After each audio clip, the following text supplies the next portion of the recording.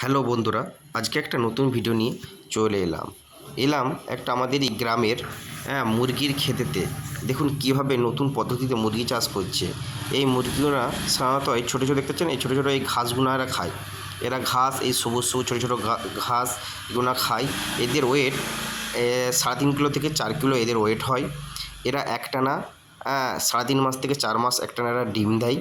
এই মুরগিটা যদি আপনারা চাষ করতে পারেন, ঠিক আছে, মোটামুটি ধরুন 1 থেকে 150খানা যদি মুরগি চাষ করতে পারেন, ঠিক আছে, মাসে মোটামুটি ধরুন 20 থেকে 30 হাজার টাকা ইনকাম করা কোনো ব্যাপারই নেই। এবং আপনার খুব সহজে আপনি সংসারটা মেনটেন্স করতে পারবেন, সংসারটা চালাতে পারবেন, আপনাকে কোনো কাজই করতে হবে না। এরকমভাবে যদি এইভাবে এই মুরগিটা চাষ করেন, এটা সাধারণত বিদেশি মুরগি, ঠিক আছে, বাইরের মুরগি। এই মুরগিটা যদি আপনারা চাষ করতে পারেন, আপনারা খুবই লাভবান হবেন, আপনাকে আর অন্য কিছু কাজও করতে হবে না, ঠিক আছে। আর এদের পিছনে আপনার খরচাও খুব কম। এরা সাধারণত আপনাকে গমও দিতে হবে না, চালও দিতে হবে না। এরা এই সবুজ ঘাস খাবে, ঘাস খেয়ে এরা এদের পেট ভর্তি করে নেবে।